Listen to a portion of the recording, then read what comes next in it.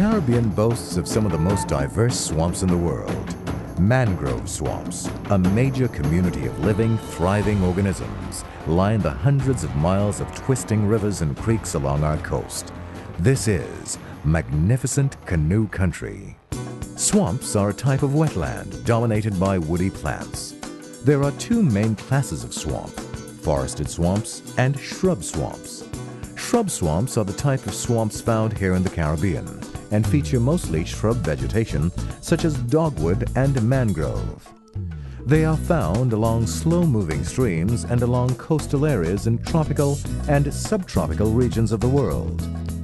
Mangrove swamps are defined by salt-tolerant trees and shrubs which can tolerate the harsh conditions of the brackish waters and salty tidal waves.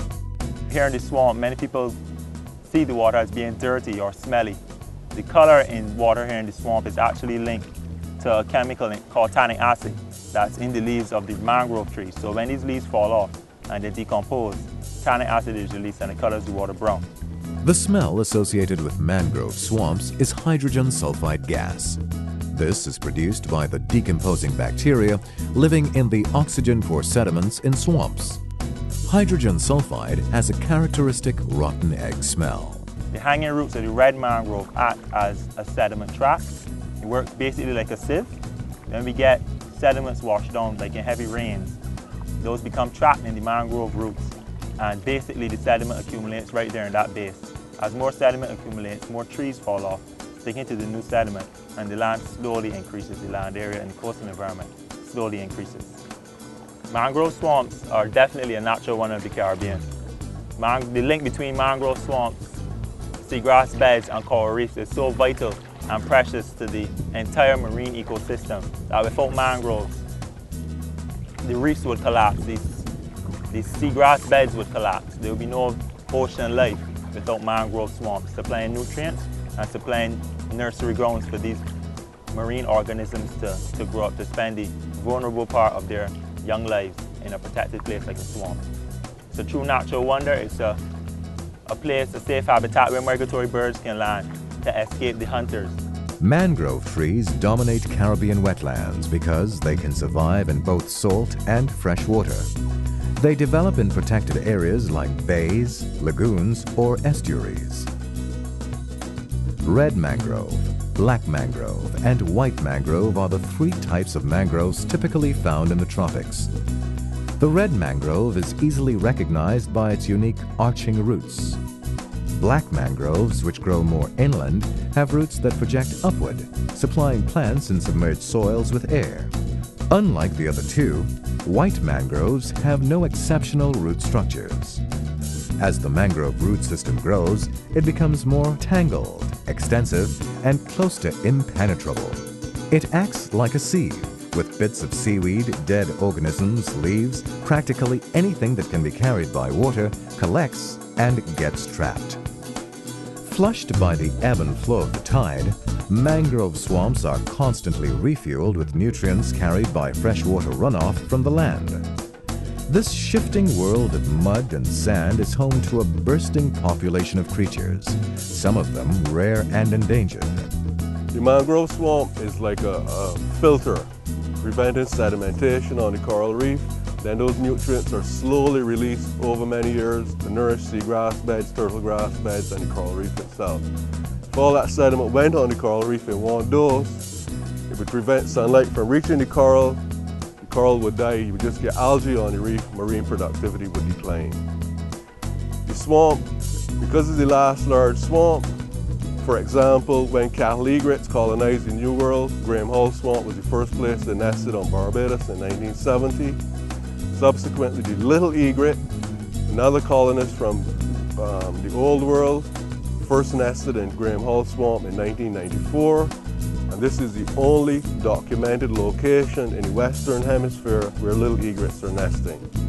Even more recently, and emphasizing again the importance of the last large swamp, the first record for anhinga on February 1st, 2005 was at Graham Hall Swamp again emphasizing the importance of the last large swamp on the island. Over 400 species of fish exist in this wetland. Fish make use of the swamp at certain stages in their life cycle, such as their spawning period. This high fish content results from seasonal flooding that links the flooded Rupununi savannas to the Amazon basin. Trinidad's River Swamp is home to dozens of animal species, including 150 bird species such as this endangered blue and gold macaw. The West Indian manatee, another endangered species, is one of the 59 mammals that inhabit River. This animal diversity results in intricate food webs and feeding relationships. The billions of worms, protozoa, oysters, and other invertebrates function as food sources for fish and shrimp. These in turn feed birds, pelicans, and alligators. Many of us think of swamps and wetlands as just dirty, creepy places with muddy waters crawling with snakes and of little or no importance. Nothing could be further from the truth. Mangroves, with their dense network of roots, help to expand and stabilize the coastline, preventing erosion of the shoreline. This is perhaps the most important ecological function of mangrove swamps. The leaves of mangrove trees store the sun's energy as well as the nutrients in the silt carried by upland rivers. Mangroves grow and shed leaves all year round. The leaves that fall from these trees provide a food supply for marine life and other microorganisms. Thus, mangrove swamps act as important nursery and feeding areas for a wide variety of living organisms. Furthermore, mangrove swamps help improve water quality, regulate the global climate, and even protect coastal areas from hurricane damage by acting as wind buffers. Additionally, the swamps filter polluted or silted land runoff before it reaches the ocean and destroys the ecosystem. On the economical side, these swamps are a source of food through fishing, agriculture, and aquaculture. Even the leaves of mangroves produce a type of honey. Quite a number of people use the leaves of certain plants to make thatching for roofs, hats, and many other handicraft. Mangrove wood can be used to build boats, houses, and furniture. Ecotourism is one more valuable role of mangrove swamps, promoting public awareness of the importance of these areas. Sadly, though, despite an increasing awareness of their value and importance, mangrove swamps continue to be destroyed in many parts of the world, including the Caribbean, for economic and political reasons.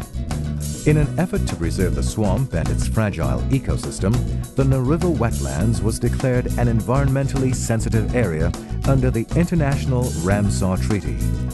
The Ramsar Convention allows for the conservation and wise use of wetlands through national action and international support.